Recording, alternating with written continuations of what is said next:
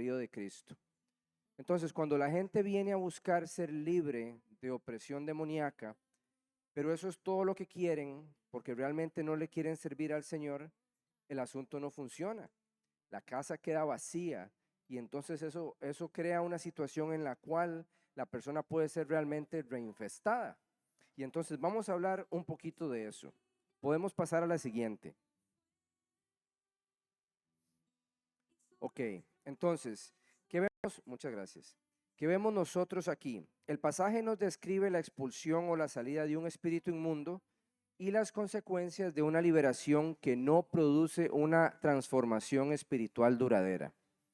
Y esto siempre me hace pensar en el endemoniado gadareno, porque cuando el endemoniado gadareno fue libre, inmediatamente se le metió a la barca a Jesús. O sea, no preguntó nada, se le metió a la barca y le dijo, quiero ir contigo. Y Jesús tuvo que decirle, no, sal y ve a tu pueblo y di cuán grandes cosas el Señor ha hecho por ti. Entonces, el punto detrás de eso es que esa liberación debe producir en la persona un deseo de que Jesús sea el Rey y Señor y un deseo de servirle. Entonces, cuando la gente viene a buscar libertad solo por el hecho de ser libre, ahí hay un problema y hay una vulnerabilidad que los espíritus inmundos podrían aprovechar. Ahora, pongo ahí el verbo etzelfe que dice, sale, dice, este verbo enfatiza la salida del espíritu, pero no dice de qué manera ocurre, porque Jesús no está interesado en explicar la expulsión como tal, Él está interesado en explicarnos lo que pasa después. O sea, el espíritu sale, ¿qué sucede cuando el espíritu sale? Entonces, también vamos a ver aquí que esto presupone que los espíritus tienen voluntad, conciencia y capacidad de actuar deliberadamente. ¿Ok? Y por eso quise hacer este cuadrito para que veamos de qué manera el pasaje nos muestra que estos espíritus tienen voluntad propia. Entonces veamos el punto número 1. ¿Cuál es la acción? El espíritu sale. Bueno, eso lo vamos a ver ahorita, más bien. Esto es lo que nos describe el pasaje. El espíritu sale, él anda por lugares áridos. ¿Qué anda haciendo el espíritu? Anda buscando reposo. Y él de su propia voluntad decide regresar. Nadie le está diciendo, él quiere regresar, porque anda por lugares áridos buscando reposo, pero no lo encuentra. Entonces va y hace una inspección de la casa. O sea, entonces usted se puede imaginar que ellos llegan como para ver qué está pasando. Todavía no están entrando, quieren ver si la casa está vacía, cómo está el asunto. O sea, están inspeccionando, están como espiando la situación. Luego van y como una pandilla de chapulines, ¿se acuerdan de los chapulines en los 90s, verdad? Como una banda de chapulines, van a reclutar otros espíritus inmundos con el fin de reocupar a la persona, produciendo que la conducción final sea peor que la inicial.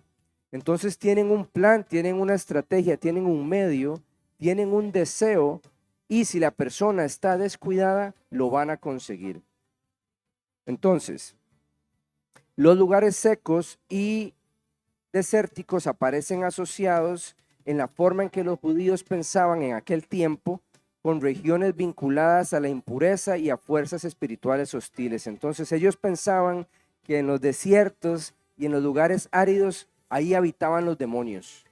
Esa era la forma. Por eso es que Jesús usa esa descripción cuando habla de que del espíritu sale buscando reposo en los lugares áridos y desiertos. ¿Ok? Pero vean qué interesante. El pasaje dice que el espíritu considera mi casa. Voy a ver cómo lo dice aquí la versión nueva versión internacional. Dice, volveré a mi casa de donde salí. O sea, el espíritu tiene la alevosía de decir, es mi casa. Es mi casa. Entonces, qué difícil sacar a alguien de un lugar que considera que es su casa. Hay que ponerse fuerte. Imagínense a alguien que invade una propiedad privada, tal vez por un número de años, y después tiene que llegar la policía y tiene que llegar un montón de gente para poder sacar a aquella persona que se metió sin derecho a una propiedad que no le pertenecía. Entonces, mi casa nos da la idea de que van a luchar por mantener la posesión de ese lugar. Entonces, El espíritu considera a la persona como un territorio previamente ocupado y que puede ser recuperado, como si le perteneciera. Ahora podemos pasar a la siguiente. Ahora, ¿cuál es la condición de la casa? Dice que la casa está barrida. O sea, hay una medida de orden y de limpieza. Dice que está adornada. Parece que está restaurada, se ve bien. Digamos que la pintaron, todo está en orden. Pero dice que está vacía. Hay una carencia de una nueva ocupación legítima. Y entonces eso la hace vulnerable. Permanece expuesta a una nueva invasión. A medida que avanzamos en la interpretación de este pasaje, vamos a ver que hay dos interpretaciones mayoritarias. Estoy empezando con la interpretación que yo opino en mi experiencia que es la más adecuada a los hechos, que es la interpretación literal del pasaje. Pero también hay una interpretación que es más espiritualizada, que no toma literalmente la presencia del Espíritu. La vamos a ver como por referencia para que veamos que hay dos posiciones diferentes. ¿Ok? Entonces, vemos que aquí que el problema central de la descripción no es que la casa esté sucia, sino que está vacía. ¿Ok? Entonces, la liberación de una influencia espiritual maligna no garantiza por sí misma una transformación permanente. Hay un trabajo posterior que la persona tiene que hacer. No es suficiente con que el espíritu no esté. Tiene que haber una nueva ocupación y esa ocupación tiene que ser Jesús. Porque el lugar que está vacío va a ser lleno de luz o de tinieblas. No hay ningún punto intermedio. Entonces, ¿qué es lo que sucede? Que la ausencia de una nueva realidad espiritual crea las condiciones para que se dé una recaída todavía más severa. ¿Ok? ¿Podemos pasar a la siguiente? Ok, entonces veamos ese cuadrito. ¿Qué sucede con una liberación incompleta? Lamentablemente yo he visto esto y las consecuencias no son buenas.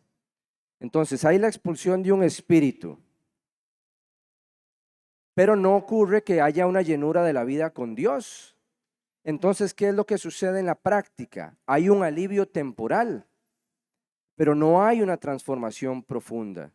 Entonces, se da una recuperación inicial, pero como no hay un señorío permanente de Cristo, el cambio externo no produce una renovación integral. Entonces, el asunto se queda en la parte exterior y pasado el tiempo la persona queda peor que como estaba. Esto es uno de los puntos que con más diligencia y temor de Dios enfatizamos en el trabajo que hacemos nosotros, porque es una responsabilidad real. Uno no quiere trabajar con una persona para que el Señor traiga libertad a su vida si después no va a hacer la diligencia personal de buscar al Señor de todo corazón. Porque este pasaje me dice a mí que si eso no sucede, va a quedar peor que al principio. Mejor lo dejo como está. ¿Me explico? Entonces la persona tiene que hacer una confesión real. Yo no puedo saber qué tan honesto o sincero está siendo, pero sí lo tengo que conducir al punto de entender que hay una responsabilidad personal que tiene que asumir y mantener en el tiempo para conservar su libertad y que va a tener que luchar por ella. La persona diligente no tiene nada que preocuparse porque tenemos que recordar que Jesús es el Rey. Jesús es todopoderoso. Es un tema de que uno viva bajo la sombrilla de Dios y entonces siempre está protegido de lo que el enemigo le quiere hacer a uno. ¿Ok? Entonces, el relato nos subraya que la libertad espiritual debe ir acompañada de una nueva relación de obediencia y pertenencia a Dios. Entonces, el objetivo de la liberación no solamente es que no haya opresión, sino que se tiene que establecer el señorío de Cristo sobre la vida de la persona. O sea, la libertad que Jesús trae es para servirle a Él, no es para que usted vaya a vivir como quiere. Entonces, tome el ejemplo de una persona que tiene problema con el alcohol, por ejemplo, o con las drogas. Entonces dice, no, yo quiero ser libre. Entonces usted se sienta con él. Y bueno, usted cree en Cristo. Bueno, ¿quién es Jesús? Empecemos por ahí. Vamos a ver si el Jesús en el que usted cree es el Jesús de la Biblia, porque eso es lo más fundamental y no siempre está claro. Ok, usted sabe lo que es arrepentirse. ¿Qué es arrepentirse? ¿Está arrepentido? Y entonces uno empieza en un proceso de asegurarse que los cimientos de la fe cristiana están en el lugar correcto.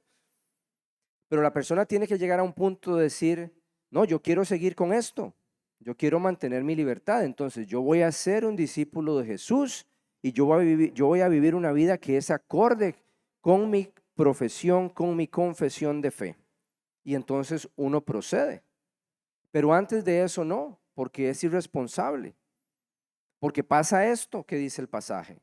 Y es muy triste cuando esas cosas suceden. ¿Ok? Entonces, ¿qué es lo que sucede? Que la condición final resulta peor porque la vulnerabilidad original permanece y se refuerza por una influencia espiritual mayor. Porque como vimos ahí, va y busca otros 7 peores que él, y entonces el estado postrero viene a ser peor que el anterior. Entonces el asunto se pone todavía más complicado. ¿Podemos pasar a la siguiente? Para que no se me olvide, hoy vamos a parar a las 8:15 y a esa hora vamos a abrir tiempo de preguntas, ¿ok? Entonces cualquier pregunta que tengan la pueden ir anotando y de 8:15 a 8:30 abrimos espacio de preguntas. Si no hay preguntas, entonces seguimos hasta las 8:30. ¿Está bien? Ok. ¿Podemos pasar a la siguiente? Perdón, ahí está, excelente. Entonces, veamos qué sucede cuando hay una liberación sin discipulado. Hay un vacío espiritual. Y les cuento un caso. Hace unos años, esto fue tal vez hace 6 años. Yo le di un tiempo de 3 años a usted, pero es mentira, son 6 años. 6 años, ahora que lo pienso bien. Pues este muchacho tenía un problema espiritual muy grave, porque vivió una vida muy triste. Creció en un ambiente muy difícil y chiquitico le aparecía el amiguito invisible que quería jugar con él. Y al tiempo, ¿me permites entrar en ti? El niño no tiene guía, no entiende, no sabe nada, le dice que sí. Cuando cumple 7 años le dice, ya yo no tengo la fuerza, necesitas uno más grande y más fuerte. Y el niño le dice que sí. Y se lo lleva hablado, se lo lleva hablado, se lo lleva hablado. Ya cuando tiene 12 años, está. Y me acuerdo ver ese muchacho con 12 años trabajando, cargando sacos de 30, 40 kilos como si fuera un hombre de 25 años, fuerte. En ese tiempo yo no entendía, tal vez hace unos 10 años no lo tenía en mente, eso no computaba en mi mente porque yo no estaba en las cosas del Señor. Ya después yo le pregunté, dije, vea, ahora estoy pensando y recordando esta situación. Me dice, sí, es que yo le pedía poder. Y entonces él me daba poder para tener yo la fuerza de cargar los sacos. Pero después pasaba 3 días todo golpeado, porque el cuerpo sufre el embate, aunque hay un poder sobrenatural temporal. Entonces podemos tener un montón de opiniones. Yo estas cosas no las dudo porque las he visto y he tenido contacto con eso. Entonces, y veo que cuando aplico la palabra funciona. Entonces tengo ese respaldo. Pero yo quizá lo comparto para que veamos que esto es una realidad ineludible. Y es cierto que uno no le puede echar la culpa al diablo de todo, porque la carne es la carne. Y si usted no quiere, no quiere y tiene que resolver eso. Usted la carne no le puede decir, vete de mi carne. Usted no puede expulsarle la carne a nadie. Usted tiene que dominarla, la tiene que crucificar. Pero si la persona tiene un problema espiritual, usted tiene que sacar eso porque es incompatible. No se puede tener una vida adecuada si usted está infestado. Entonces uno tiene que identificar ese problema cuando existe. No todas las personas lo tienen, pero más personas de las que lo creen tener lo tienen. Me acuerdo una muchacha que era danzora en una iglesia a la que íbamos y en un campamento de jóvenes hubo que hacerle liberación espiritual. Era una muchacha que tenía buen testimonio. Nunca se dijo nada, o sea, no hay nada que me hiciera a mí pensar que ella andaba mal. Pero tal vez algo había pasado antes y la situación no se había resuelto. Entonces, cuando la gente me dice a mí, y esta es mi posición, no tienen que estar de acuerdo con ella. Pero a mí cuando la gente me dice que los cristianos no pueden tener demonios, yo les digo mentira. porque a mí me ha tocado trabajar con eso y lo he visto. Entonces yo lo creo, porque me ha tocado lidiar con eso, ¿verdad? Entonces uno nada más es cauto en tomar en cuenta eso, pero no para decir, es que usted tiene, no, no, no, no. Pero si usted lo tiene, tiene que irse, hay que sacarlo, hay que eliminar ese problema, porque si no va a seguir afectando su vida de una forma que es completa y absolutamente destructiva. Entonces, la liberación sin discipulado, hay un vacío espiritual, pero si la persona realmente actúa como discípulo de Cristo, como debe serlo, va a haber llenura espiritual. Si no hay discipulado, va a haber una vulnerabilidad ahí. De otro modo, usted sí va a tener la fortaleza espiritual que necesita. Si usted no tiene ese discipulado al que se tiene que comprometer, hay un riesgo de caída. Pero si usted lo tiene, va a crecer en Cristo. Si usted no tiene esa relación con Jesús, va a estar en una condición inestable. Cuando usted lo que necesita es una transformación duradera. ¿Ok? Entonces es un tema realmente crítico. ¿Ok? Entonces, toda esta enseñanza tiene una dimensión pastoral importante. La libertad la debemos preservar mediante una vida que se somete continuamente a Dios. Y eso es cierto de la carne también, porque nosotros podemos entender por la palabra que nuestra carne es insidiosa, es necia, desea lo malo. Cuando usted vive cerca de Dios y está lleno del Espíritu, tiene el poder para someter la carne. Y entonces la carne está ahí, no se puede manifestar. Pero si usted se empieza a alejar del Señor, la carne empieza a adquirir fuerza y va a ser la carne la que lo vuelca. Entonces el principio operativo que trae libertad es el mismo. Usted se mantiene cerca del Señor, lleno del Espíritu, y con eso usted tiene dominio sobre los espíritus inmundos y sobre la carne. Y a mí nunca se me olvida un pasaje que me parece muy importante, que es 2 Corintios 7:1, que dice: así que, amados, puesto que tenemos tales promesas, limpiémonos de toda contaminación de carne y de espíritu, perfeccionando la santidad en el temor de Dios. Así que si usted se toma en serio perfeccionar la santidad en el temor de Dios, aunque nadie nunca ore por usted, usted tiene una promesa escrita en la palabra de que usted va a ser limpio de toda contaminación de carne y de espíritu. Podría tomar años, ¿verdad? Más rápido si se lo hacen rápido. Pero si no, usted tiene una promesa a la cual se puede aferrar de que si usted perfecciona la santidad en el temor de Dios, usted va a ser limpio de toda contaminación de carne y de espíritu. Y usted puede proclamar eso a su favor y creerlo y vivirlo en su vida, y Dios lo va a cumplir porque Dios es fiel a su palabra. Él es perfecto. ¿Ok? Entonces, ni la experiencia de liberación, ni la disciplina personal, ni las buenas intenciones sustituyen la necesidad de tener una relación permanente con Cristo.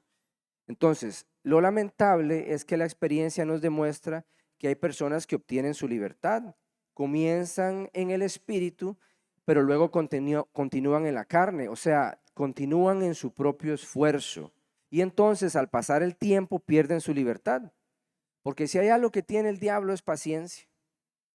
Ahí está, él se espera, ahí está, ahí esperando, él está viendo a ver qué está haciendo usted para meterle el mordisco cuando usted se descuida. Y entonces escucha uno los casos: no, hombres, pero ese hombre estuvo 10 años, estuvo 15 años bien, y qué raro, de repente se cayó. Y si uno pudiese analizar la vida de esa persona, posiblemente podríamos ver un patrón de enfriamiento progresivo. Primero tibieza y después enfriamiento, y se fue alejando y se fue alejando, pensando que podía sostener su situación de libertad.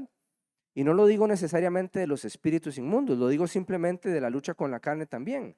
Pensaba que podía mantener eso bajo control, pero al alejarse, en determinado momento nada más llegó el mordisco, en el momento menos esperado. Y entonces eso tenemos que tenerlo presente. ¿Ok? Ahora, ¿qué significará este tema de la mala generación? Jesús hace una aplicación que podría parecer extraña en el último versículo, porque él empieza a hacer una descripción de cómo operan estos espíritus inmundos, pero después lo aplica a esta mala generación, ¿verdad? Entonces eso nos da a entender que Jesús no solamente está describiendo un fenómeno individual, él está describiendo una realidad que le aplica a la nación de Israel, una realidad colectiva. Entonces, la descripción también funciona como una analogía de la condición espiritual de Israel en tiempos de Jesús. ¿Podemos pasar a la siguiente?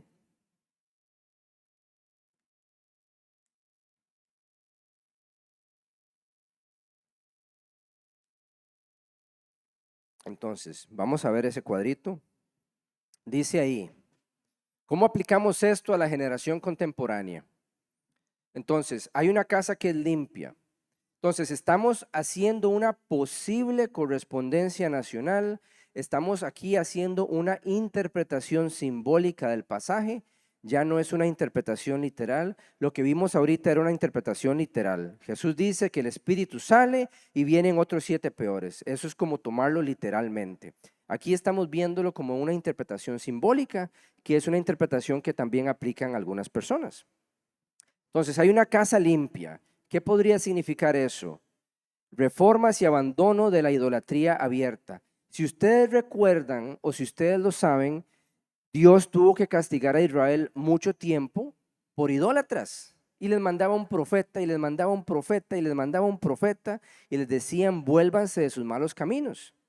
Finalmente, cuando ya se le colmó la paciencia a Dios, los asirios tomaron control del reino del norte, por allá del 721 a.C. Y pasaron un poco más, como unos 150 años, y cayó Jerusalén. En el 586 a.C., cuando vinieron los babilónicos y destruyeron el templo de Jerusalén e hicieron el exilio babilónico. Cuando sucedió eso, por primera vez Israel aprendió a dejar de ser idólatra. Y a partir de ese momento, de una manera muy unida, la nación de Israel ha sido monoteísta. Ha tenido a Yahweh, a Jehová como su Dios. Han desconocido al Mesías, pero se han mantenido en Dios, en Jehová. O sea, dejaron la práctica idolátrica. Por eso la interpretación es esa. Hubo reformas y abandonaron la idolatría abierta, significando eso una casa limpia. ¿Pero por qué está vacía? Porque había una ausencia de una verdadera recepción del Mesías. Ok, esa es la interpretación simbólica, ¿verdad? ¿Por qué está vacía? Porque vino Jesús y no lo reconocieron.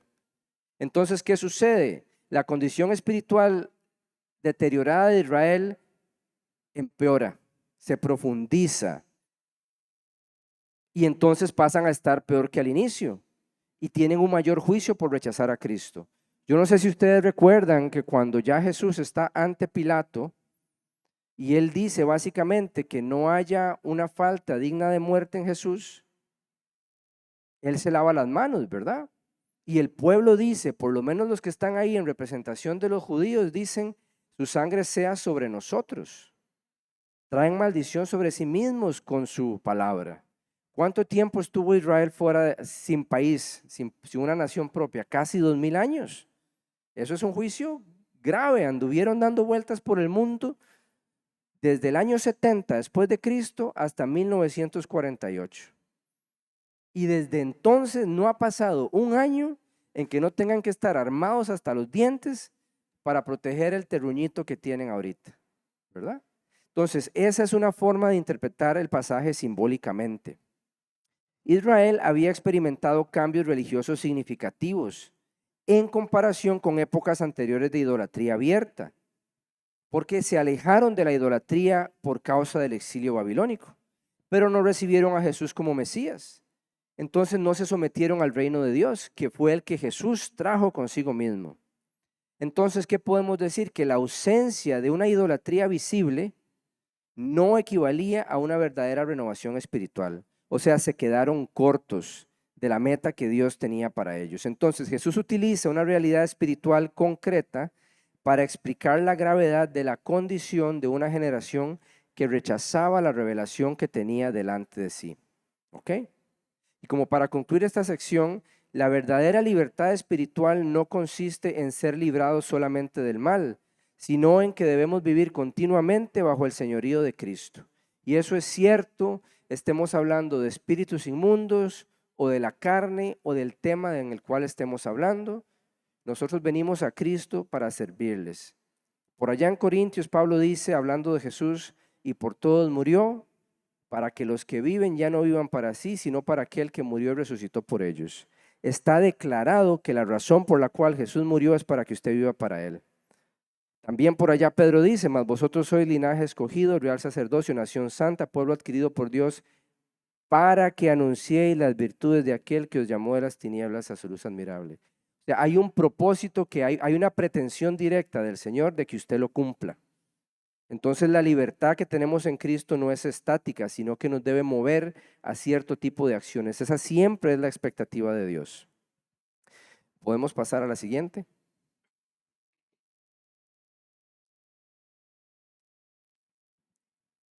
Y vamos a la última sección de este capítulo. Hablar de la verdadera familia de Jesús. Vamos a los versículos 46 al 50. Mientras Jesús hablaba a la multitud, se presentaron su madre y sus hermanos, se quedaron afuera y deseaban hablar con él. Alguien le dijo, mira, tu madre y tus hermanos están afuera y quieren hablar contigo. ¿Quién es mi madre y quiénes son mis hermanos?, respondió Jesús. Señalando a sus discípulos, añadió, aquí tienen a mi madre y a mis hermanos. Cualquiera que hace la voluntad de mi Padre que está en los cielos es mi hermano, mi hermana y mi madre. Entonces, ¿qué vemos ahí en la imagen? Vemos una familia nuclear, digamos, a la izquierda, o sea, tienen una filiación de sangre, padres, hijos, hermanos, pero cada uno está en lo suyo y supuestamente están celebrando un cumpleaños. No hay una verdadera unidad familiar como debería existir. Y a la derecha tenemos un montón de gente que evidentemente no tienen relación filial, pero sí están funcionando como una familia, con un propósito unido. Recordando lo siguiente, que los lazos de sangre terminan, pero la familia del reino permanece para siempre. Me acuerdo que hace unos meses cuando hablábamos de la iglesia, un lugar de propósito, en una predicación que hubo aquí el sábado, yo mencionaba que si los cristianos entendiésemos mejor cómo Dios vislumbra nuestra hermandad, tendríamos mejores relaciones entre nosotros. Porque en la mente del Señor nosotros somos literalmente hermanos, literalmente. Y esa es la condición que vamos a tener para siempre. Por eso Dios se molesta tanto cuando hay problemas entre hermanos, cuando hay murmuraciones, cuando hay chismes, cuando hay heridas, porque es su hermano. Dios lo injertó a la familia de Dios, lo adoptó como hijo suyo por el sacrificio de Cristo. Entonces, si uno tuviese la capacidad de desarrollar más esa hermandad, obviamente las cosas serían mejores. Y podríamos entender que uno siempre podría recurrir a una familia espiritual que tiene permanencia para siempre, aunque la familia natural no esté respondiendo como debería hacerlo. ¿Ok? Entonces, podemos pasar a la siguiente. Este capítulo concluye con una redefinición radical de la pertenencia al pueblo de Dios. Entonces, Jesús no está negando aquí el valor de los vínculos familiares naturales, pero está afirmando que existe una relación espiritual aún más profunda y determinante. Entonces, en este cuadro vemos el término adelphoi, que ¿cómo se interpreta? Hermanos biológicos. Ese es el sentido más natural y frecuente del término. La doctrina católica tiene un problema con esa interpretación, ¿verdad? Porque la doctrina católica dice que Jesús no tuvo hermanos naturales. Entonces, por eso tomamos un poquito de tiempo para hablar de esto. Entonces, la interpretación más natural del término y en su uso normal en la palabra es que son hermanos biológicos, ¿ok? Ese es el sentido más natural y frecuente del término. Pero también se podría pensar en parientes cercanos.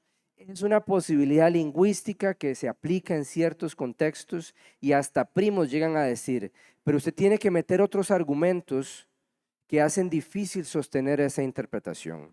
Entonces, lo que estamos defendiendo es que Jesús está hablando de hermanos de sangre.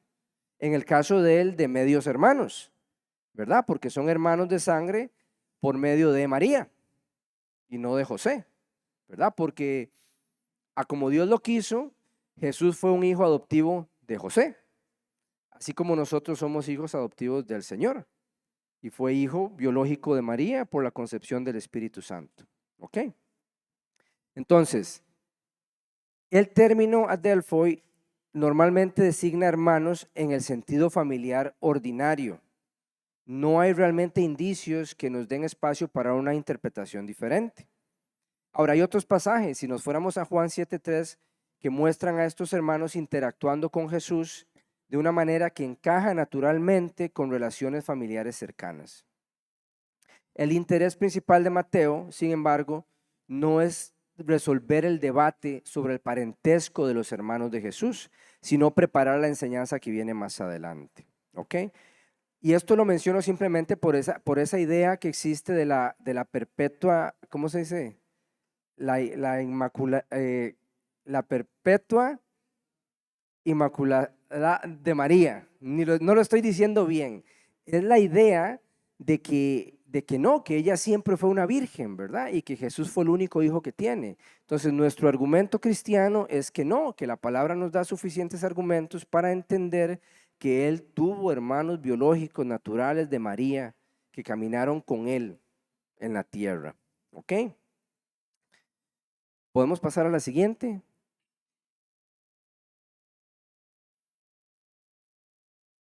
Ok, entonces, Jesús está estableciendo aquí dos tipos de relación.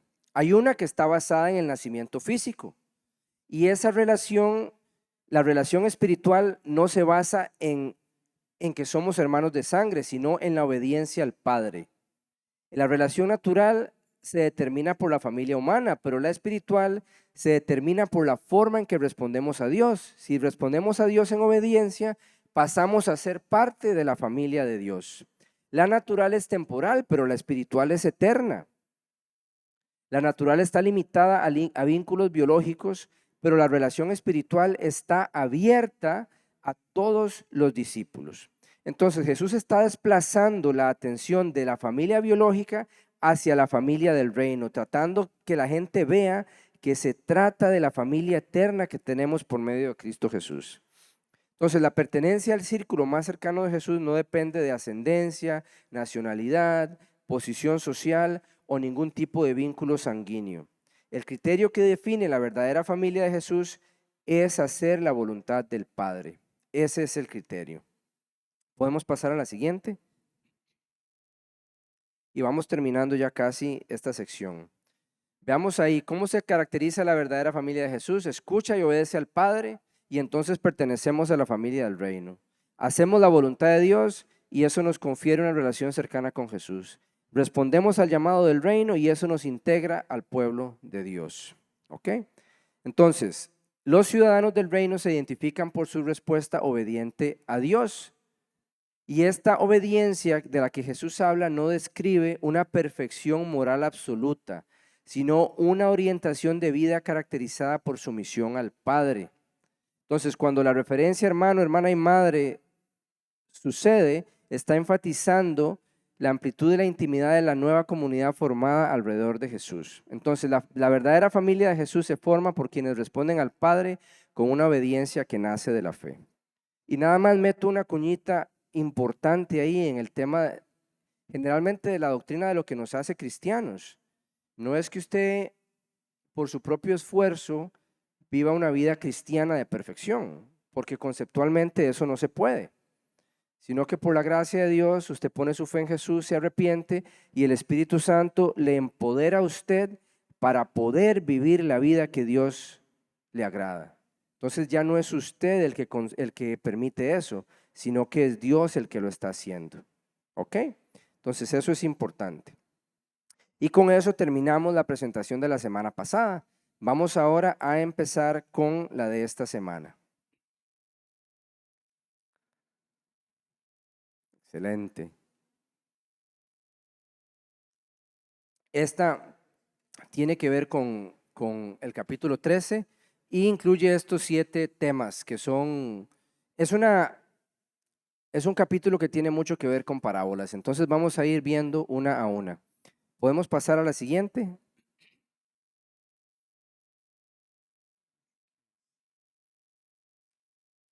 Ok, la parábola del sembrador, todas la hemos escuchado muchas veces, entonces no la vamos a estudiar a súper profundidad, pero vamos a ver algunas cositas que quizás son importantes en relación con su interpretación. Pero quise preparar esta imagen para darnos una idea, porque esa parábola nos habla de diferentes caminos, ¿verdad? Hay un camino cuando la semilla cae en el camino, cuando la semilla cae en los pedregales, cuando caen los espinos y cuando cae en buena tierra. El problema no es la calidad de la semilla, ¿verdad? El problema es dónde está cayendo, la calidad del terreno en la cual ella está cayendo, ¿verdad? Entonces, en general sabemos que en el camino se escucha sin atención, en los pedregales no enraiza bien, entonces cualquier cosita hace que la persona se salga de la fe. Y en los espinos la persona realmente está enfocada en sí misma. Entonces hay un interés en competencia y esa competencia le gana a la palabra del Señor. Y la buena tierra, pues la persona entiende, persevera y produce el fruto abundante para el reino. Entonces la diferencia no la hace la semilla, la hace el corazón que la recibe. ¿Podemos pasar a la siguiente? Ok, entonces, ¿cuál es el tema central? Vamos a leer estos versículos del capítulo 13, 1 al 9 y 18 al 23, para ver la parábola completa. Dice la palabra de Dios. Ese mismo día salió Jesús de la casa y se sentó a la orilla del lago. La multitud que se reunió para verlo era tan grande que él tuvo que subir a una barca donde se sentó mientras toda la gente estaba de pie en la orilla. Y dijo en parábolas muchas cosas como estas. Un sembrador salió a sembrar. Mientras iba esparciendo las semillas, una parte cayó junto al camino. Llegaron los pájaros y se la comieron. Otra parte cayó en terreno pedregoso, sin mucha tierra. Esas semillas brotaron pronto porque la tierra no era profunda. Pero cuando salió el sol, las plantas se marchitaron y por no tener raíz se secaron. Otra parte de las semillas cayó entre espinos que, al crecer, ahogaron las plantas. Pero las otras semillas cayeron en buen terreno, en el que se dio una cosecha que rindió hasta 100, 60 y 30 veces más de lo que se había sembrado. El que tenga oídos, que oiga. Y pasamos al versículo 18 al 23. Escuchen ahora lo que significa la parábola del sembrador. Cuando alguien oye la palabra acerca del reino y no la entiende, viene el maligno y arrebata lo que se sembró en su corazón. Esta es la semilla sembrada junto al camino. El que recibió la semilla que cayó en el suelo lleno de piedras es el que oye la palabra y de inmediato la recibe con alegría. Pero como no tiene raíz, dura poco tiempo. Cuando surgen problemas o persecución a causa de la palabra, enseguida se aparta de ella. El que recibió la semilla que cayó entre espinos es el que oye la palabra, pero las preocupaciones de esta vida y el engaño de las riquezas la ahogan. Por eso, la semilla no llega a dar fruto. Pero el que recibió la semilla que cayó en buen terreno es el que oye la palabra y la entiende. Este sí produce una cosecha hasta 100, 60 y hasta 13 veces. ¿Ok? Bueno, ¿qué es una parábola? Yo me acuerdo que el pastor había hablado de esto hace un tiempo. Él definió más o menos lo que es. Entonces vamos a nada más repasar el concepto. La parábola designa una comparación, es una ilustración, es una narración que tomamos de la experiencia cotidiana para comunicar una realidad espiritual más profunda. Entonces, en los tiempos de Jesús, de ahí era una sociedad meramente agrícola. Entonces era fácil para Jesús tomar ilustraciones de la vida agrícola para explicar principios espirituales profundos, porque él sabía que la audiencia lo iba a entender o lo podía entender con alguna facilidad. Entonces Jesús quería trasladar al oyente desde una realidad que ellos conocían, tomada de su experiencia cotidiana, hacia una realidad espiritual que necesita ser comprendida. ¿Qué quiere decir esto para mí? Quiere decir que Jesús se pone al nivel de su audiencia. Y él no trata a la gente como tonta porque él nos ha dado capacidad de inteligencia, pero él se pone al nivel de la audiencia que él tiene. Y eso también nos enseña a nosotros que deberíamos hacer lo mismo, ¿verdad? No es lo mismo si usted le va a enseñar a un niño de 5, 6 o 7 añitos, ¿verdad? A si usted le va a enseñar a un niño que tiene ya 11 o 12 años, o a un muchacho de 18, ¿verdad? O ya a un adulto. Entonces usted debería poder acomodar la forma en que usted entrega el mensaje, porque el propósito es enseñar y que haya aprendizaje, no solamente vomitar conocimiento. Entonces Jesús sabía muy bien cómo ponerse a la altura de su audiencia, ¿verdad? Y eso es algo que siempre ocupa mi pensamiento. O sea, yo siempre quiero garantizarme que cuando enseño, de ahí no estoy hablando tonteras que la gente no entiende, porque para eso mejor me quedo en la casa, ¿verdad? Uno tiene que hacer un esfuerzo por tratar de comunicar las ideas con suficiente sencillez y a la vez profundidad para que la gente pueda comprender, asimilar y después aplicar a su propia vida. Y si eso falla, pues uno necesita que se lo digan. para que uno pueda mejorar la entrega de lo que está haciendo. Pero entonces Jesús se ponía al nivel de su audiencia, hablando de aquello que ellos conocían y entendían para poder explicarles realidades espirituales profundas, y eso es lo que es una parábola. ¿Ok?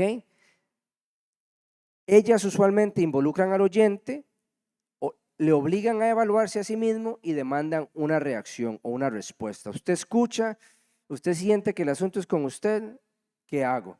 ¿Cómo reacciono? ¿Cómo respondo a esta situación? ¿Ok? Entonces, la actividad del sembrador representa a un agricultor que realiza una labor normal de su oficio. Entonces, vemos que el énfasis recae en el terreno donde la semilla cae. El problema fundamental nunca es la insuficiencia de la palabra, sino la forma en que respondemos a ella. Entonces, la palabra puede ser una semillita así chiquitita, pero si esa semilla cae en buena tierra, puede producir un árbol enorme. Si ustedes alguna vez han sembrado cosas de cualquier tipo, ¿verdad? Hay semillitas que son súper chiquititas y producen árboles enormes, ¿verdad? Entonces la sustancia no está en el tamaño, sino simplemente está en el potencial que está en ella, lo que el Señor puede hacer a partir de ella. Entonces veamos este cuadro.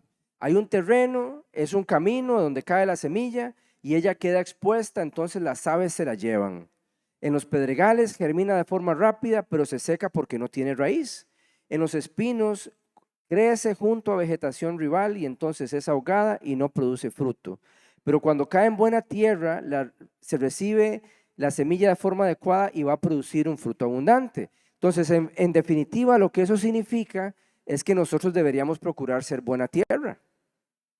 Buena tierra. La buena tierra también se agota si uno no la trata bien. Pienso, no voy a mencionar la compañía. Nosotros hace años trabajábamos mucho con pipa. Todavía tenemos pipa, pero no estamos. En determinado momento comprábamos pipa en todo el Caribe costarricense. Yo andaba por toda la provincia de Limón con un camión comprando pipa todas las semanas para el negocio que teníamos, que procesábamos y embotellábamos y vendíamos pipa en todo el país. Entonces conocí mucho de la zona, ¿verdad? Pero me acuerdo que en algún momento una empresa transnacional grande nos contactó porque tenían una finca de 50 hectáreas que sembraron de pipa.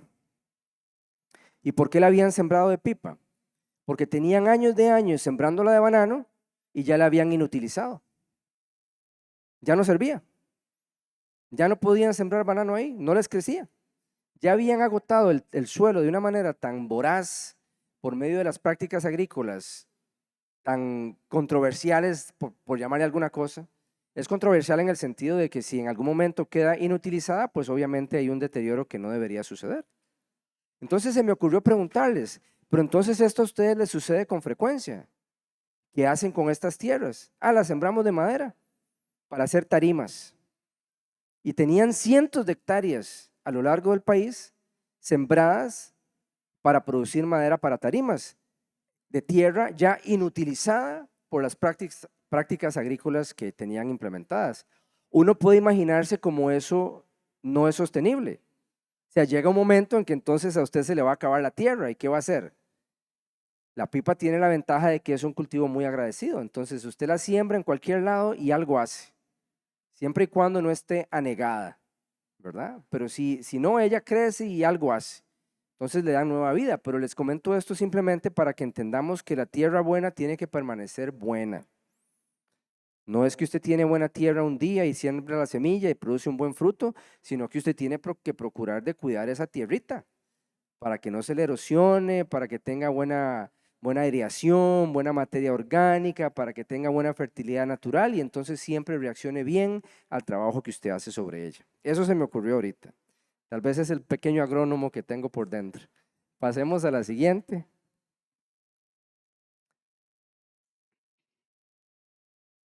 Ok. Entonces, ¿cómo podemos interpretar estos terrenos? Cuando ella cae en el camino, es la persona que oye pero no entiende, entonces la palabra es arrebatada. En los pedregales se recibe con gozo, o sea, en el momento hay gozo, y esto lo vemos todo el tiempo, la persona recibe la palabra con gozo, pero no tiene raíz, entonces no persevera en la prueba. Apenas viene un vientito de lo que sea, se tumba, no tiene raíz. Y en los espinos, la persona oye, entiende, recibe la palabra. Y no es que no quiera que funcione, no es que no quiera que no funcione, pero otras prioridades ahogan el fruto. Otras cosas son más importantes y entonces terminan ganándole. Y ese es el problema. Pero la buena tierra es aquel que oye, entiende y persevera, y entonces va a producir un fruto abundante. Entonces, la respuesta positiva pero superficial no tiene duración. Es un problema. ¿Okay? La prueba, la oposición o la persecución revelan finalmente la profundidad de nuestra respuesta. Dios dice en su palabra que la fe que no es probada no sirve. La fe que no es probada no es fe. La fe tiene que ser sometida a prueba para que demuestre ser fe. Pero usualmente cuando usted viene a Cristo, no va a ser probado inmediatamente en su fe, porque Dios es bueno.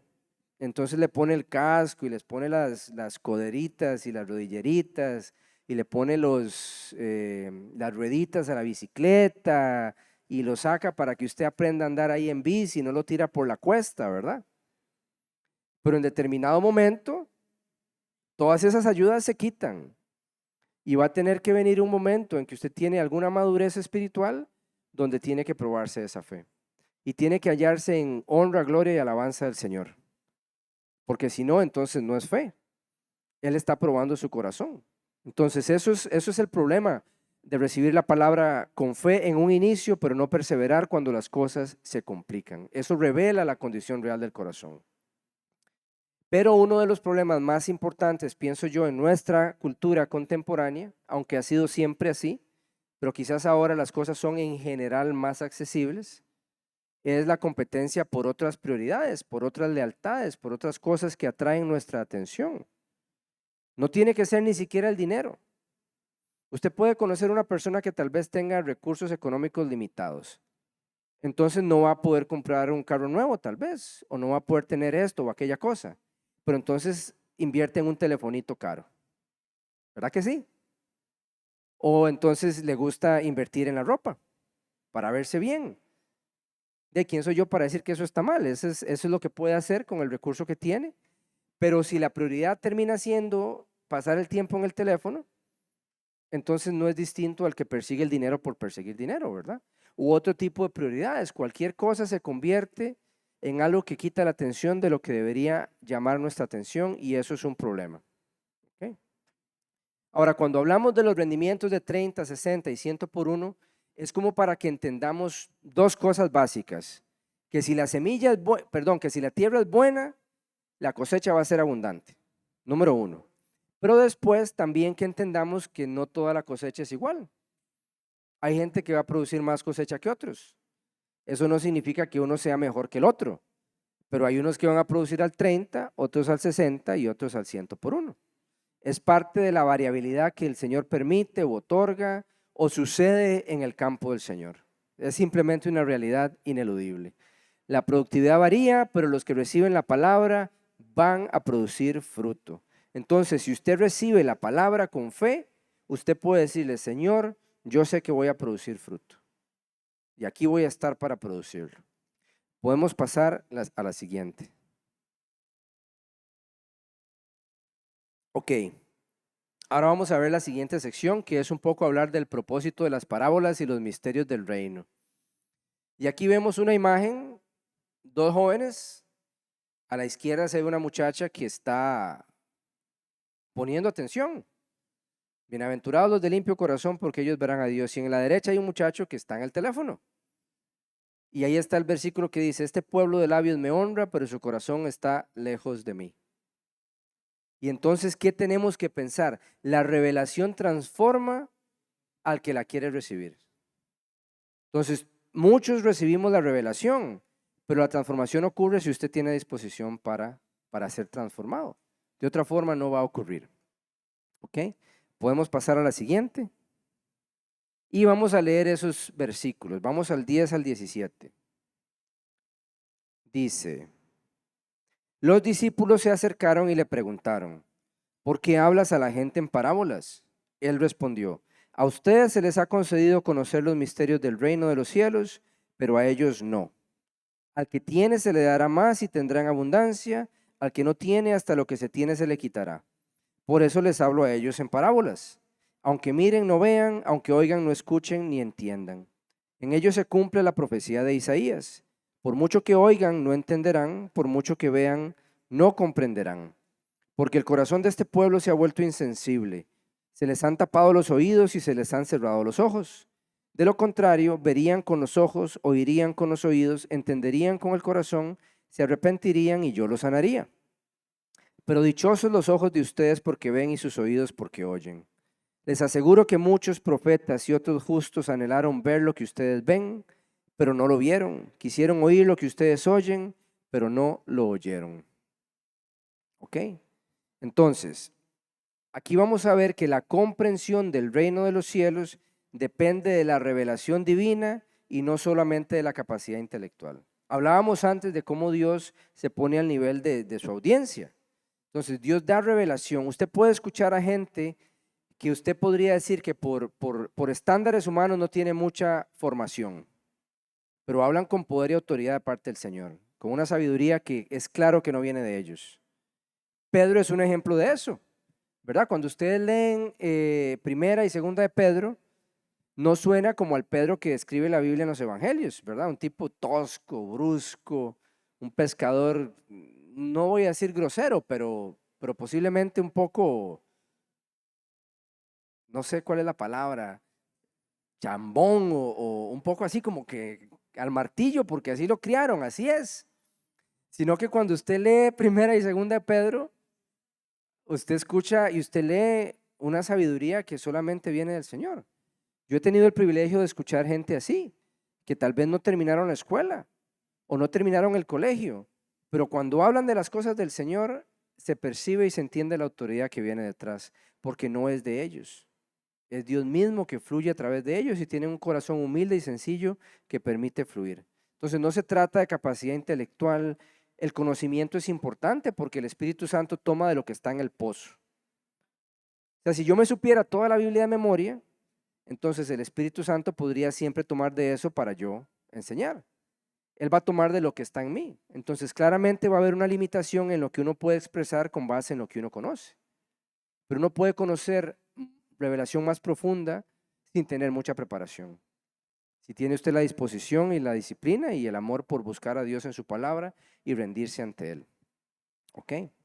Entonces, Jesús dice, a vosotros ha sido dado conocer, indicando que el conocimiento de los misterios del reino es un don concedido por Dios. O sea, Dios les concede entender.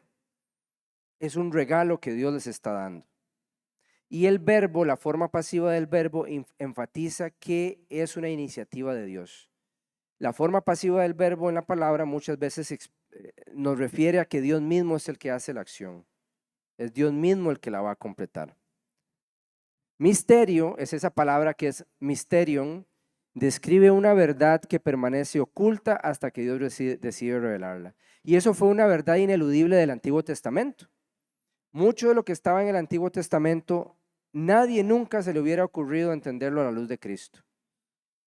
Tuvo que venir Jesús y después los discípulos que pasaron a ser apóstoles para empezar a citar el Antiguo Testamento y aplicárselo a Cristo, al Mesías.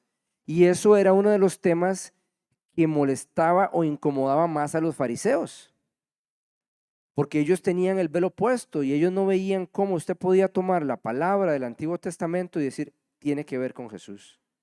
Eso es parte del misterio que Dios vino a revelar porque Él quería y Él podía a aquellos que tenían oídos para escucharlo.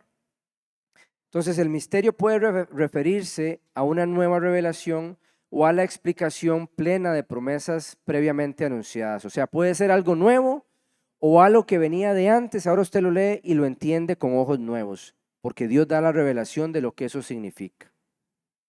Y entonces vemos que las parábolas poseen una función dual, revelan u ocultan según la disposición espiritual del oyente. La incapacidad de comprender es un problema espiritual, es parte de lo que nos comunica lo que Jesús está diciendo. Que los que no entienden es porque hay un problema espiritual en ellos que les impide tener la comprensión de la revelación que yo les estoy dando. Entonces hay un grupo, los que reciben la revelación Por resultado tendrán que van a recibir aún más entendimiento. Y los que rechazan la revelación pierden incluso lo que poseen. Se hacen necios o se hacen menos sabios inclusive, desaprenden. Cada vez les cuesta todavía un poco más. ¿Podemos pasar a la siguiente?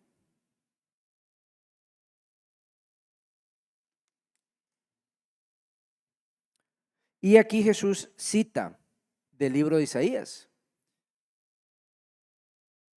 Habla de los oídos, oyen pero no entienden, ven pero no perciben, tienen un corazón endurecido. Y el resultado es una ausencia de conversión y sanidad. Entonces, la resistencia actual al mensaje del reino continúa un patrón que ya estaba presente en la historia de Israel. No es cierto que en el pasado, en el Antiguo Testamento, Dios le habló muchas veces a Israel de muchas maneras por muchos profetas y no querían entender, no querían aceptar. Entonces era como una continuación de lo que venía de antes. Y entonces no podían entender lo que el Señor les estaba tratando de revelar. Y este endurecimiento no surge por una falta de evidencia, sino porque rechazan persistentemente la revelación que reciben. Pero los discípulos son bienaventurados porque reconocen en Jesús lo que otros contemplan sin comprender. O sea, ellos sí ven lo que los otros deberían ver, pero no están viendo. ¿Ok? Y el versículo 17 nos está destacando el privilegio histórico de los discípulos al vivir la transición entre promesa y cumplimiento, porque el versículo 17 dice: les aseguro que muchos profetas y otros justos anhelaron ver lo que ustedes ven, pero no lo vieron. Quisieron oír lo que ustedes oyen, pero no lo oyeron. ¿Ok? Entonces la gente en el pasado contempló las promesas a la distancia, anhelando verlas cumplidas.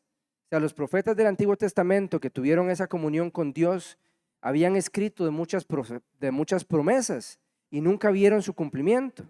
Estos hombres estaban viendo el momento en que se cumplían. O sea, era un momento de revelación especial. Estaban viendo el registro histórico convertirse en realidad material. Lo que había sido dicho estaba sucediendo. Entonces, dichosos los que realmente logran percibir la realidad de lo que está sucediendo. Son bienaventurados por eso. Y los otros no, los otros son unos babosos porque tienen la revelación y no la entienden, no la reciben, sino que la están rechazando, viendo y recibiendo lo mismo. ¿Ok? Entonces, por eso decimos que ellos viven la transición entre promesa y cumplimiento. Hay una promesa y ven cómo ella se empieza a materializar delante de sus ojos. Entonces, concluimos esto diciendo que las parábolas comunican verdades espirituales importantes, pero al hacerlo también nos ponen de manifiesto la condición espiritual de los que las escuchan. Al no entenderlas, eso habla de un problema que hay en el corazón de los oyentes. ¿Podemos pasar a la siguiente?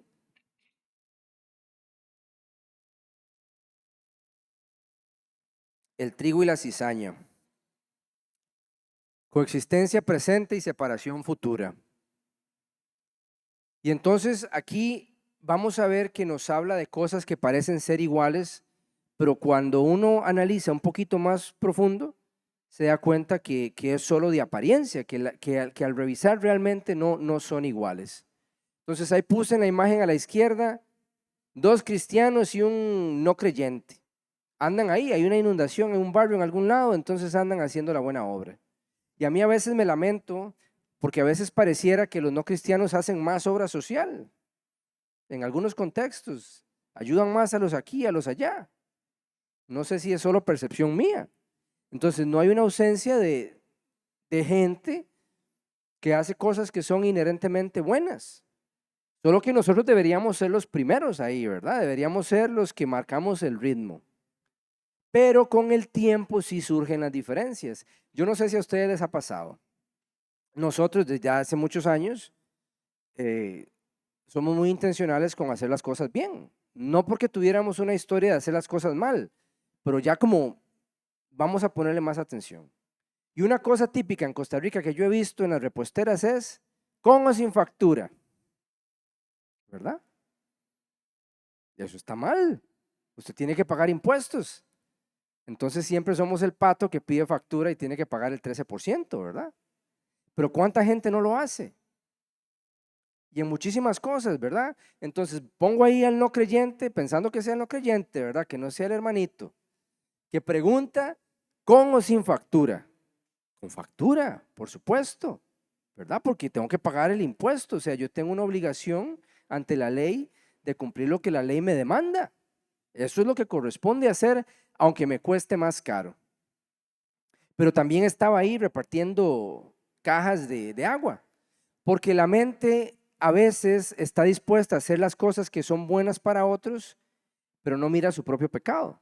El cristiano debería tener la habilidad de mirar también lo que uno hace mal. Y yo no le estoy tirando piedras a nadie. Yo no sé cómo son ustedes cuando van a hacer un cambio de aceite o arreglar el carro, pero si no es algo en lo que hayan pensado, piénsenlo. Piénsenlo ahora, ¿verdad? Porque la conducta del cristiano debería ser intachable. Deberíamos nosotros poder estar delante del Dios Santo y poder decir con un corazón sincero, yo no fui como los demás. Aunque me costó más caro, aunque me tomó más tiempo, aunque me ocasionó agravio o vergüenza, yo hice lo que había que hacer. Y entonces finalmente el fruto revela la verdadera naturaleza del individuo, porque lo que está dentro va a salir a la luz. Entonces ahí vemos lastimosamente un cristiano que está murmurando. Fruto que no permanece no procede de la fe. Y el fruto que permanece procede de la fe. Entonces, quise poner esa frase, la apariencia convence y hasta ilusiona, pero el fruto demuestra lo que es real.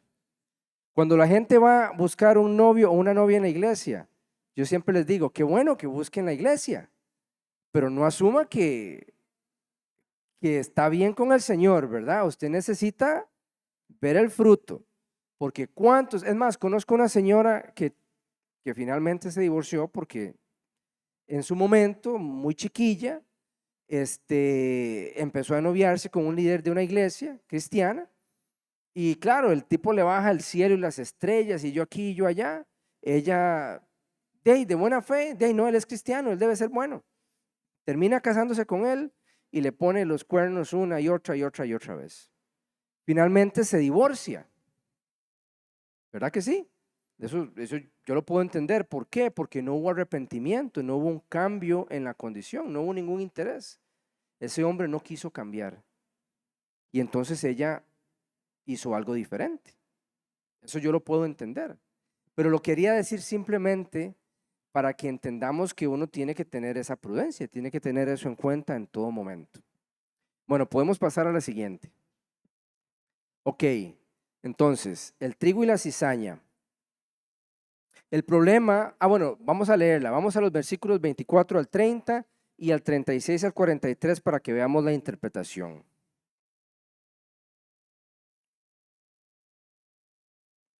Jesús contó otra parábola. El reino de los cielos es como un hombre que sembró buena semilla en su campo. Pero mientras todos dormían, llegó su enemigo y sembró mala hierba entre el trigo y se fue. Cuando brotó el trigo y se formó la espiga, apareció también la mala hierba. Los siervos fueron al dueño y le dijeron, Señor, ¿no sembró usted semilla buena en su campo? Entonces, ¿de dónde salió la mala hierba? Esto es obra de un enemigo, respondió. Le preguntaron los siervos, ¿quiere usted que vayamos a arrancarla? No, contestó. No sea que, al arrancar la mala hierba, arranquen con ella el trigo. Dejen que crezcan juntos hasta la cosecha. Entonces diré a los segadores, recojan primero la mala hierba y átenla en manojos para quemarla. Después recojan el trigo y guárdenlo en mi granero. Y versículos 36 al 43 dice, una vez que se despidió de la multitud, entró en la casa. Se acercaron sus discípulos y le pidieron, explícanos la parábola de la mala hierba del campo. El que sembró la buena semilla es el Hijo del Hombre, respondió Jesús. El campo es el mundo y la buena semilla representa a los hijos del reino. La mala hierba son los hijos del maligno. Y el enemigo que la siembra es el diablo. La cosecha es el fin del mundo y los segadores son los ángeles. Así como se recoge la mala hierba y se quema en el fuego, ocurrirá también al fin del mundo. El Hijo del Hombre enviará a sus ángeles y arrancarán de su reino a todos los que pecan y hacen pecar. Los arrojarán al horno encendido, donde habrá llanto y crujir de dientes. Entonces los justos brillarán en el reino de su Padre como el sol. El que tenga oídos, que oiga. ¿Ok? Entonces vemos que la parábola explica por qué el mal continúa presente en el mundo aunque llegó el reino. Porque imagínense esto, viene Jesús y él dice, el reino viene conmigo. Y la evidencia de que el reino viene conmigo es, vean cómo se está sanando la gente, vean cómo está resucitando los muertos, vean cómo estoy echando fuera a los demonios. Entonces él daba evidencia de la llegada del reino. Entonces la gente dice, bueno, pero ¿cómo es que entonces viene el reino y todavía tenemos que lidiar con este mal? Entonces Jesús trata de explicar que hay un tiempo de coexistencia y que va a haber un momento de juicio y que eso va a ser así hasta que llegue ese momento. Entonces, ¿cuál es el problema en la parábola? No es el sembrador y tampoco es la semilla, es la acción deliberada del enemigo. ¿Qué nos dice? El enemigo busca siempre sembrar lo malo en medio de lo bueno y muchas veces triunfa. Y entonces va a llegar un momento en que se hace la separación, pero eso está en el futuro.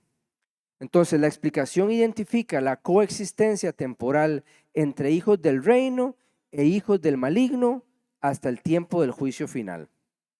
Veamos ese cuadrito, dice, hay un sembrador que es el Hijo del Hombre, sabemos que el sembrador entonces está hablando Jesús.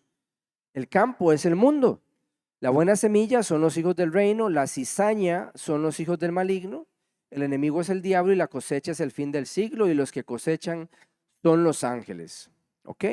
Y vamos a hablar un poquito de agricultura, porque esta parábola se presta mucho para eso, porque la cizaña muy posiblemente es una matita que se llama, ahí lo puse, ¿verdad? Por si alguien la quiere buscar, Lolium temulentum, que se conoce porque tiene una semejanza extraordinaria con el trigo. O sea, usted la siembra y se ven iguales, pero hasta cierto momento se ven iguales. Entonces eso nos da la semblanza de que así mismo puede ser. Se puede ver igual, la apariencia puede ser la misma, pero la sustancia es lo que va a determinar la diferencia. Entonces, durante gran parte del crecimiento de la cizaña es similar al trigo. Y esto también nos explica por qué no es prudente hacer la separación antes de tiempo. La naturaleza de cada una de las dos plantas, tanto el trigo como la cizaña, permanece oculta de forma parcial hasta que llegue el momento de producir el fruto. Es ahí donde se ve la diferencia. Y entonces eso también nos hace entender que la verdadera condición espiritual de las personas termina manifestándose con el tiempo. Ahora, seamos francos, somos cristianos, somos imperfectos, cometemos muchos errores. El problema no es que usted peque, el problema es qué sucede a partir de ese momento. El problema es si usted es una persona que reconoce la situación, viene al Señor, se arrepiente y reformula las cosas. Entonces, no vaya a pensar usted que alguien, no, es que era cizaña, porque de repente tuvo una caída. Pero lo que va a determinar la naturaleza de la persona es qué sucede a partir de ese momento, ¿verdad? Porque la cizaña tiene la cualidad de que su fruto siempre va a ser malo. Pero el que peca y se arrepiente y se avergüenza de lo que pasó, pues tiene misericordia del Señor para seguir adelante. Eso no tenemos que perderlo de vista, ¿verdad? Entonces no estamos negando la realidad de que hay cosas que suceden y hay que resolverlas de camino, ¿ok? Entonces vamos a ver qué más puse ahí. Hay una cosa interesante, que las semillas de la cizaña a veces pueden ser infectadas por un hongo tóxico. Y entonces al consumirlo se vuelve venenoso.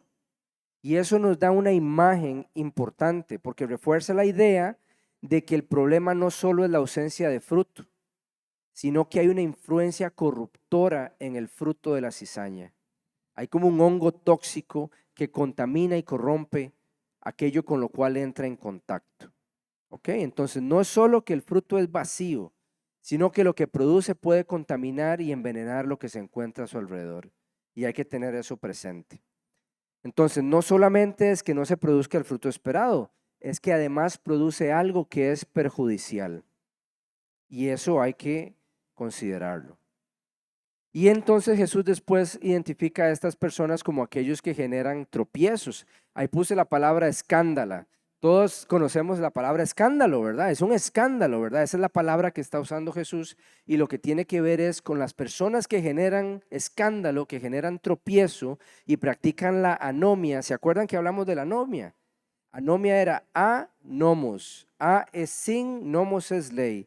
Anomia es ausencia de ley. Lo vimos hace unos capítulos en Mateo, ¿verdad? Entonces, los que practican los que viven sin ley generan tropiezos y ellos producen una influencia corruptora, no solo improductiva, sino que además corrompen. Tenemos un dicho que dice, ¿verdad? El que no ayuda, ¿cómo es que dice? Que no estorbe, ¿verdad? Por lo menos, ¿verdad? Y está el dicho que dice, ni pica leña ni presta el hacha, ¿verdad?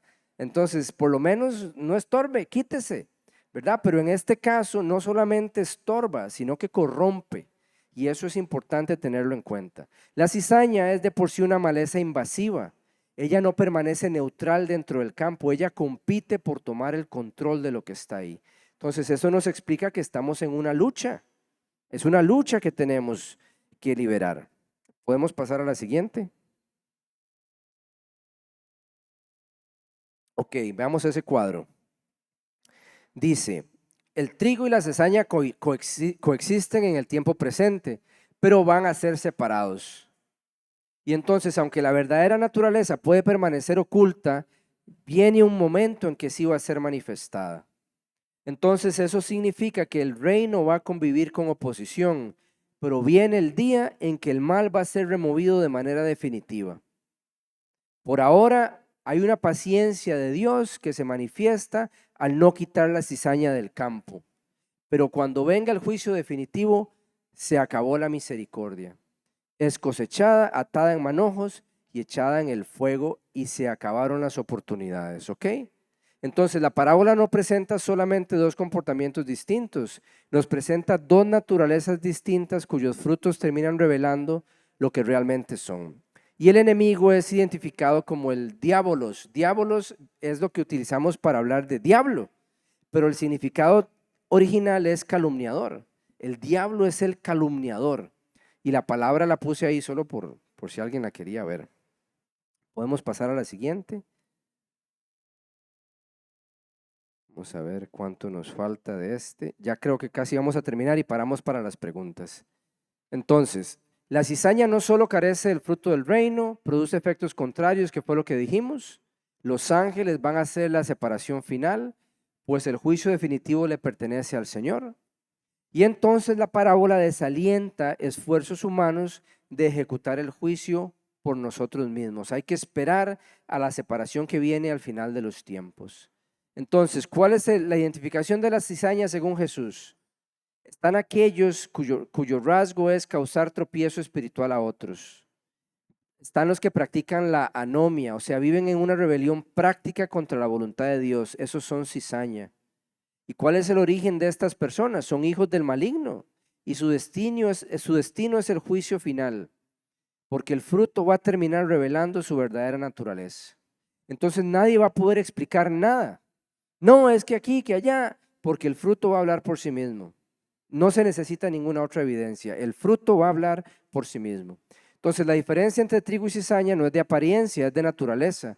El fruto la revela en el presente, pero el juicio traerá una separación definitiva entre ambos. Creo que esa es la última de ese tema, ¿verdad?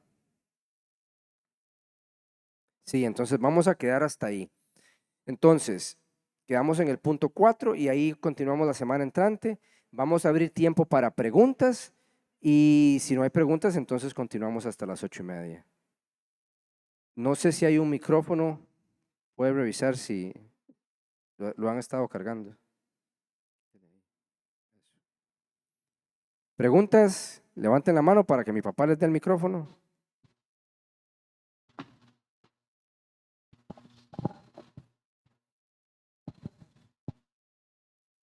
Buenas noches. Don Gustavo, ¿cómo saber cuando una persona realmente quedó libre de algún demonio o algo así y ya está como metida en su camino con Dios? Pero ¿cómo saber realmente? Eso es una buena pregunta y lamentablemente no le puedo dar una respuesta perfecta. sea, le voy a dar la respuesta que yo he tenido en mi experiencia y les cuento un caso. Había una niña de 12 años que, esto fue hace como 3 años, y ella tenía un espíritu de brujería y era fuerte. Estábamos en una administración en un campamento de jóvenes y hubo algunas cosillas que sucedieron, entonces yo había estado orando por alguna gente, pero ella estaba como ahí, ¿verdad? Y al rato es como que me veía, pero yo andaba en lo mío, ¿verdad? Entonces al rato una de las servidoras me llama y me dice, Gustavo, ella quiere hablar con usted. Entonces le dije, bueno, está bien, vamos afuera y hablemos con ella, ¿verdad? Entonces como es una niña, me traje 2 servidoras conmigo y hablamos con la muchachita, ¿verdad? Entonces le pregunto, ¿qué está pasando? ¿Cuál es el problema? Ella estaba llorando. Me dice, es que yo veo demonios y me atormentan en los sueños y durante el día. Y entonces yo le digo, bueno, ok, vamos a ver. Voy a empezar a hacerle preguntas. Le digo, ¿usted alguna vez ha practicado brujería de algún tipo? Y entonces le empiezo a describir lo que es brujería. Que Miguelito, que Charlie Charlie, que la Ouija, que las hojas de té, que le leyeron la mano, que fue al adivino, que fue al curandero, y hay un poco de cosas. Estas cosas la gente las hace y crea puentes reales a este tipo de ataques espirituales. Entonces resulta que ella había hecho alguna cosa con unas amiguitas, pero como en juego, ¿verdad? Pero ese no era realmente la raíz del problema. Entonces yo le pregunté, ¿y su familia? ¿Usted tiene tías o sus padres o sus abuelos, bisabuelos? ¿Conoce usted gente en su entorno familiar que practique brujería? Ay, yo tengo una tía que no sé qué, que no sé cuánto. Y entonces le expliqué lo que íbamos a hacer. Le dije, bueno, vamos a orar primero por las maldiciones que vienen de los que la han afectado a usted antes de usted, ¿verdad? Los mayores a usted, de su familia. Y después vamos a orar por su propio pecado, ¿verdad? Pero le dije, vea, la brujería es seria. Usted se compromete a nunca más tocar esto. Nunca, nunca, o sea, nunca, nunca. Ni leer un horóscopo, ¿verdad? O sea, tiene usted un compromiso real por no hacer esto de nuevo. Ella se comprometió y empezamos a orar y se manifestó. Y las 2 servidoras la tuvieron que agarrar, se le volvieron los ojos, finalmente la muchachita cayó al suelo, fue violento. Pero me acuerdo que yo estuve orando, reprendiendo, ¿verdad? Y en un momento salió y se quedó todo calmado. Pero yo sentía que hacía falta. Yo sentía, o sea, el Espíritu Santo me da a mí ese entendimiento. No es que tenga yo otro medio para determinarlo en ese momento. Entonces, como yo percibía en mi espíritu que no estaba terminado el asunto, seguí orando y se volvió a manifestar. Y entonces ahí salió lo que hacía falta. Y ya ahí yo sí sentí que quedó limpia y libre. Y ya cuando la vi después y la vi mucho tiempo después, la niña estaba bien, congregándose y todo tranquilo. Entonces yo tuve la indicación de que estaba bien. Entonces, en la práctica, lo que le puedo decir es que uno evalúa en consejería muchas aristas de la vida de la persona, como para entender cómo podría estar espiritualmente. A veces uno ve cosas en los ojos, no puedo explicarlo de una forma diferente. A veces el espíritu le dice a usted cosas específicas y usted ora por esas cosas y usted va. Hay veces donde se siente la resistencia y usted sabe, no terminamos. Y a veces sucede que la persona dice, estoy demasiado cansada. Y usted los ve que está sudando, que están así, no puedo seguir más hoy. Tenemos que seguir otro día, ¿verdad? Entonces no le puedo dar una solución bíblica. Obviamente para Jesús era muy fácil. Él sabía. Uno tiene plenamente que confiar en el Espíritu de Dios y confiar que Él le da a uno la dirección que necesita en el momento para saber que la obra está completada. Y si uno tiene esa espinita de que falta, tiene que seguir hurgando.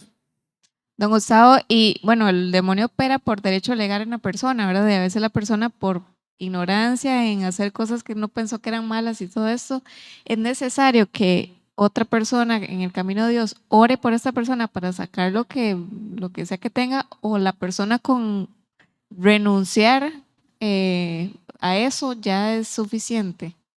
Depende, porque hay unos bichillos que son muy necios, son muy tercos, y entonces hay que luchar, porque no se quieren ir. Entonces eso demanda una lucha que a veces es una oración más extensa. Le puedo decir que el caso más grave que atendimos nosotros fue de una señora que se estaba muriendo literalmente por un ataque de brujería y tuvimos que verla 3 veces y en total oramos por ella como unas 6 u 8 horas, ¿verdad? Y me acuerdo que la primera vez nos detuvimos porque ya no podía. Yo ya no puedo, ya no puedo. Ya después de haber vomitado y no podía, simplemente ya no tenía fuerzas. Entonces nos vimos después y después nos vimos después, ¿verdad? Y todavía le faltó y no se ha querido reunir otra vez. Esto fue hace un tiempo, ¿verdad? Entonces de vez en cuando le escribo y le digo, acuérdese, acuérdese. Pero eso es una de las cosas lamentables. La gente a veces ha estado en un estado espiritual tan difícil y tan feo, de tanta opresión, que cuando ya reciben una libertad parcial sí se sienten mucho mejor. Y entonces no obtienen todo lo que Dios les quiere dar, pero eso es un riesgo muy grande. Entonces, no, hay cosas que necesitan una intervención diferente. Le puedo decir en la práctica que en un área, en un tiempo de administración espiritual alineada con el Señor, con el Espíritu, ahí está el Espíritu de Dios. Entonces hay una incomodidad mucho mayor en lo que esté sucediendo y es más fácil, es como echarle mantequilla, por así decirle, ¿verdad? Entonces, si uno está solito, si somos dos personas, a veces la lucha toma más tiempo. ¿Ok? Don Gustavo, buenas noches a todos. La pregunta sería, ¿cuánto tiempo tal vez prudencial, después de que una persona recibe una liberación, cuánto tiempo prudencial tal vez es el que se recomienda para darle seguimiento a esa persona?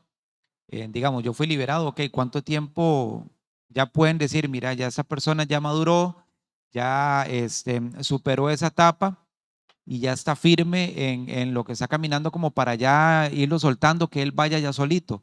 Y la otra pregunta sería, yo como cristiano asisto a la iglesia, puedo discernir o puedo sentir que hay algo que me está atormentando como para yo decirle, mira, don Gustavo, ¿puede orar por mí? Es que yo siento que hay un bichillo por ahí que me está jodiendo o tal vez por mi anterior yo, ahí lo ando todavía.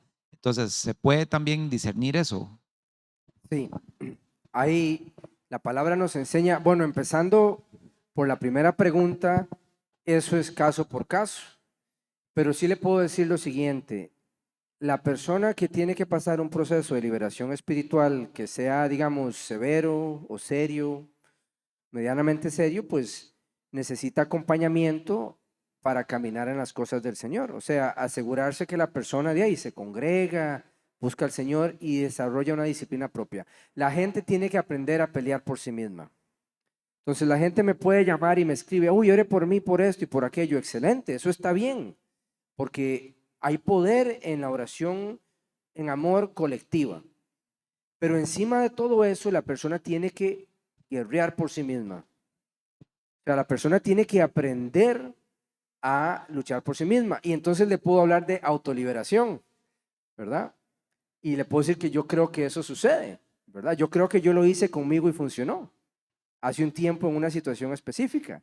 Y la razón por la que creo que es cierto es porque son los mismos principios. O sea, usted está lidiando con seres espirituales y, y usted aplica la palabra de Dios, el nombre de Jesús, y si no hay ningún derecho, se tienen que ir. Entonces sí, uno puede discernir. Y me acuerdo que fue una cosa tonta, y no sé si me van a creer. Yo me acuerdo que cuando estaba chiquillo, yo creo que ahí fue que me pasó. Yo siempre he sido muy dulcero. Me gustan las cosas dulces, ¿verdad? Mi papá lo sabe, ¿verdad? Él es igual que yo, a veces es peor, ¿verdad? Y yo chiquillo en algún momento me comí como una lata de leche condensada así, y pasé empachado. O sea, yo no podía, como 2 años, no podía ver ni en pintura la leche condensada, ¿verdad? Pero me acuerdo que un día orando, pensé en eso, en azúcar. Y empecé a orar y empecé a orar y empecé a orar y vomité. Y terminé concluyendo que era un espíritu asociado con el consumo excesivo de azúcar. Y entonces la gente me va a decir, no, pero la Biblia no le pone nombres específicos a los demonios. Bueno, le pone a legión, vemos unos demonios con nombre por aquí, por allá, no se habla de orgullo o ira específicamente, pero responden a esos nombres. Entonces, la mejor respuesta que puedo dar yo en ese sentido es de ahí, meta, ensúciese las manos para que vea que es cierto, ¿verdad? Funciona. Entonces, ¿cómo sabe uno cuándo? De ahí hay que pedirle guía al Señor. El problema que tenemos nosotros como cristianos es la sensibilidad espiritual. Dios siempre nos quiere hablar, pero Él habla como un susurro apacible, y entonces uno tiene que estar callado no solo en lo que habla, sino en la mente. Y eso es de las cosas más difíciles para el ser humano. Yo sé que para mí es difícil, porque digo, Dios mío, yo puedo callar mi boca. Eso está bien, pero ¿cómo callo mi mente? Digo, Dios mío, ¿cómo me callo? Necesito callarme para escuchar, y entonces usted tiene que ir desarrollando un poquito, a poco esa habilidad para poder discernir la voz del Señor y que le diga, no, esa persona necesita todavía tu ayuda. Si es una persona que aprende, que usted le enseña a guerrear por sí misma, entonces va a saber cómo reaccionar ante la situación que pueda tener adelante. Y la segunda pregunta era en uno mismo. Sí, uno puede discernir porque el Espíritu le enseña. Yo me acuerdo, y esto no tiene que ver con demonios, pero a veces cuento eso. Yo no sé si era un tipo más egoísta que el promedio de los egoístas, pero yo sí vivía para mí mismo. O sea, yo ayudaba a mi familia y todo, pero era yo. Entonces lo que yo hacía era para mí, que esa es la condición normal del ser humano cuando no tiene a Cristo, ¿verdad? Simplemente piensa en yo primero, yo segundo y yo de último. Y en algún momento empecé a pensar en egoísmo y como que me empezaron a venir a la mente un montón de cosas egoístas que yo había hecho. Y me dio mucha vergüenza y empecé a llorar. Y estuve orando y llorando un poco de tiempo porque entendí que realmente me arrepentí de mi egoísmo. Y entonces eso empezó a cambiar cosas en mi actitud y la forma en que hacía. Empecé a servir al Señor de una forma diferente. Entonces hay muchas formas distintas en las cuales el Señor trae libertad, no necesariamente de un demonio per se, pero también de condiciones, de comportamientos, de actitudes malas que hay en uno, que uno tiene finalmente que reconocer y que tiene que cortar y apartar de uno para empezar a hacer las cosas diferentes. ¿Alguna última pregunta? Ajá. Buenas noches. Usted habló de una muchacha que danzaba. Ahora la pregunta es esta. Una persona puede estar sirviendo en la iglesia, puede estar danzando, puede estar en un ministerio y puede tener un espíritu. Sí. Sí. Y ese es el tipo de discernimiento que a mí me incomoda y que el Señor a veces me da. Porque yo sí creo en eso. Yo creo que una persona puede operar en dos espíritus. O sea, uno es el Espíritu Santo y otro es otro espíritu. Y uno necesita discernir eso. Entonces, mi respuesta es un contundente sí. Esa sería mi respuesta. No me tiene que creer. Jessica. Bueno, gracias.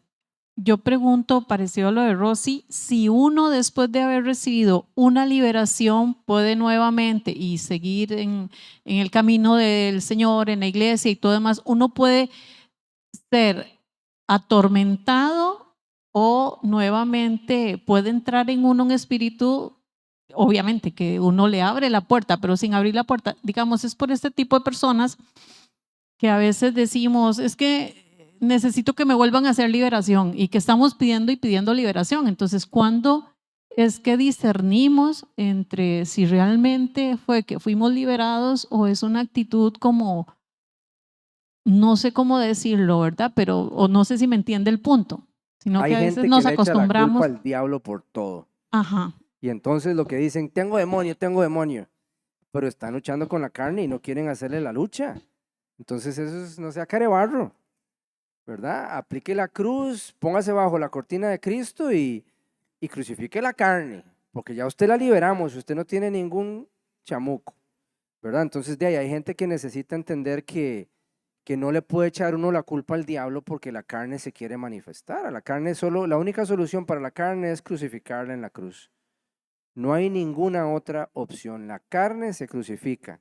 Porque en teoría, cuando usted se bautizó, usted lo representó en un acto público.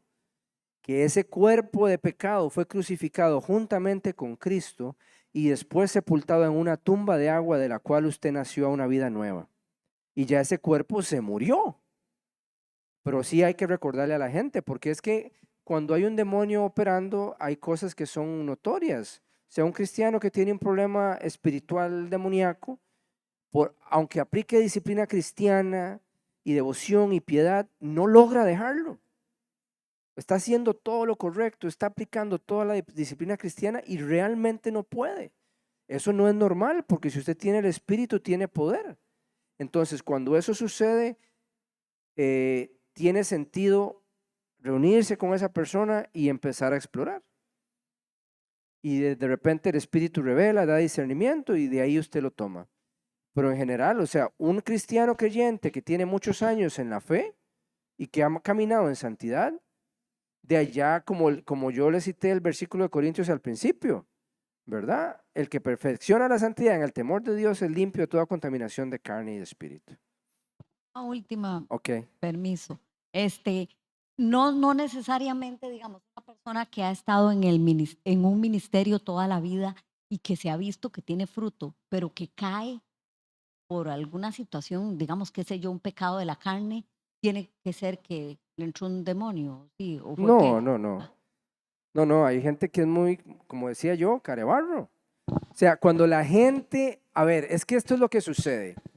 Cuando usted empieza a enfriarse, usted se empieza a alejar del centro que es Cristo. Y entonces la carne que está bajo dominio del Espíritu empieza a agarrar fuerza y fuercita y fuercita y fuercita y después se levanta y ya usted está allá. Y entonces cae, porque lo que uno tiene que recordar es que humanamente no tenemos capacidad para vencer la carne. Es fuerte y es emocional, es completamente almática. Solo en el Espíritu se puede vencer la carne. Entonces no, o sea, no puede uno asumir que cayó porque se le metió un demonio, no. Perfectamente, y en la mayoría de los casos es que no, de ahí se empezó a entibiar y después se hizo frío y entonces perdió el dominio que por el Espíritu tiene sobre la carne y eso le hizo caer. ¿Ok? Bueno, vamos a cerrar con una oración. ¿Les parece? Padre Celestial, venimos a ti en el nombre de Jesús dándote gracias por la oportunidad que nos concediste de tocar este tema. Sabes, es un tema que hemos tocado con temor y temblor de Dios, compartiendo lo que dice tu palabra, Señor, y compartiendo también lo que hemos visto en la experiencia. Tú que eres perfecto, Señor, corrige toda doctrina, todo pensamiento, toda idea que esté incorrecta. Concede, Señor, que entendamos este tema con temor y temblor, para que sepamos aplicar las verdades espirituales de tu palabra a cada caso que se presente delante de nosotros. Que tengamos el temor de Dios, la autoridad, la confianza, la fe, de que con Cristo tenemos todo lo que es necesario para vencer, sea la carne o sea espiritual. Y así lo pedimos dando gracias en el nombre de Jesús. Amén.